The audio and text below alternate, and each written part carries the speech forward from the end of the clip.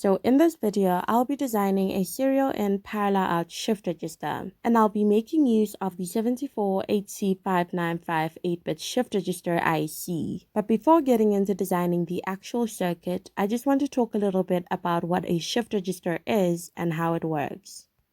So a shift register is basically a device that's used to store data as well as shift that data. So here we have the IC diagram of the 74HC595 shift register with 16 pins. Pins number 15, 1, 2, 3, 4, 5, 6, and 7 are known as the output pins, and these will be connected directly to my LEDs. Next we have pin number 8, which is the ground pin, and that will be connected to the negative rail of my breadboard. And then pin number 16, VCC, will be connected to the positive rail. Then we have pin number 14, which is the data input pin. And how this pin works is that when we press the data input push button, we're essentially putting in a value into memory. So that value can either be a 1 or a 0, 1 being high and 0 being low. Next, we have pin number 11, which is the clock pin. And how this pin works is that it takes whatever data we would have put into memory and it stores it inside the shift register. And then pin number 12, the latch pin, takes that stored data and shifts it to the outputs. Then we have pin number 13, which is the output enable pin, active low. So this pin is basically responsible for the state of the outputs. So the line above the label tells us that it is active low, meaning that when connected to ground, our LEDs will switch on. But when connected to VCC, our LEDs will not switch on. Then we have pin number 10, which is the serial clear pin, also active low. So this pin is basically responsible for clearing all internal memory in the shift register when connected to ground. So we usually just leave it connected to VCC when not in use. Then lastly, we have pin number 9, which is the QH prime pin. And we use this pin when, for example, we want to drive more than 8 LEDs. So we would have 2 of these shift registers connected in a circuit, thereby driving 16 LEDs. Now let's move on to how a shift register works. So a shift register basically has 2 parts, the shift register part and then the latch part. So I'll use the top rail to represent my LEDs. Now if, for example, we were to press the data input push button, that would mean that we put a 1 into memory.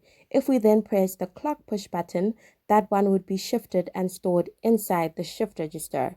If we now wanted to see that 1 on the output side, we would have to press the latch push button, and that 1 would be shifted over to the outputs, and we can see this 1 as an LED that is on.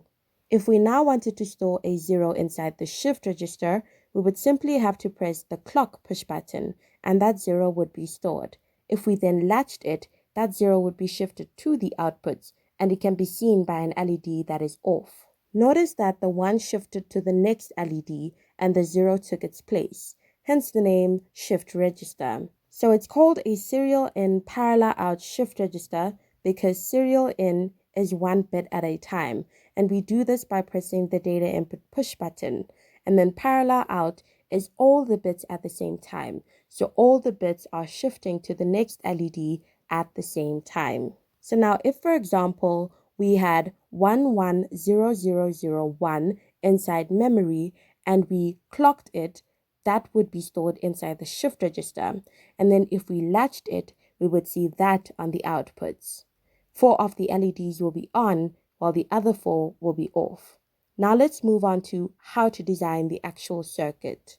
So you will need the following components: 4 1.5 volt batteries, a 74HC595 8-bit shift register, 4 push buttons, 8 LEDs, connecting wires, a couple of resistors, and male jumper wires. So I'll start off by connecting the shift register IC and the 4 push buttons onto the breadboard. The first push button will be for the data input, the second will be for the clock, the third for the latch, and the fourth will be for the serial clear push button. I'll then connect pin number 8 to ground and pin number 13 to ground as well. Next, I'll connect pin number 16 to VCC. I'll now connect my LEDs. I'll then connect a 1 kilo ohm resistor between the anode of each of my LEDs and ground.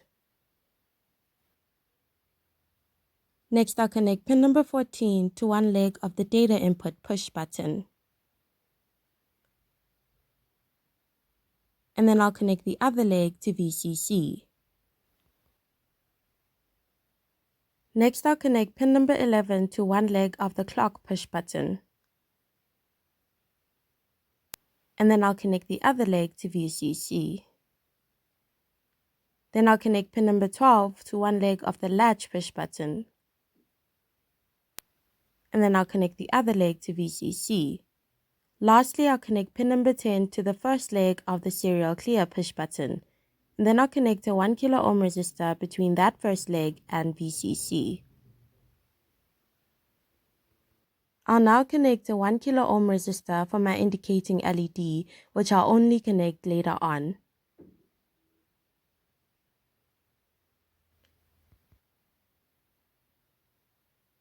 Next, I'll connect the second leg of my serial clear push button to ground. I'll now connect a 10 kilo ohm resistor between one leg of my first three push buttons and ground.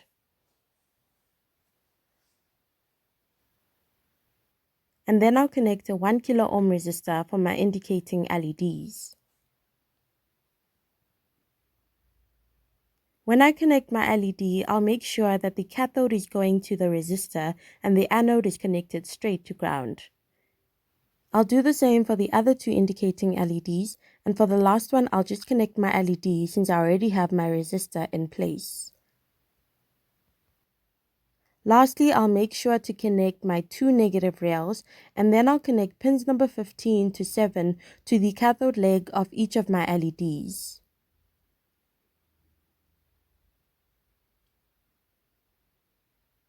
Now it's time to test.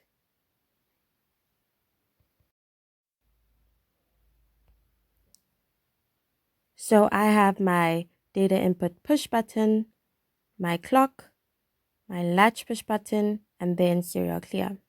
So if I want to clear everything, I press serial clear, then latch.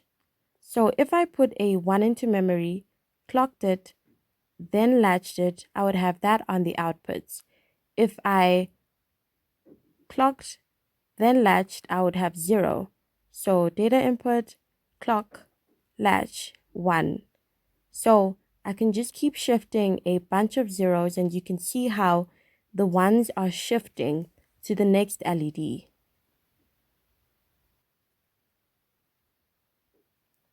So I'm going to put 1, 1, 1.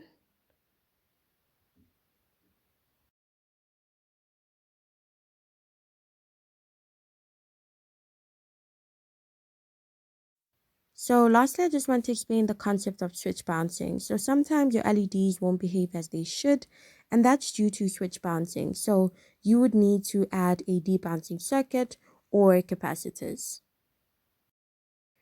That'll be it for this video. Thanks for watching.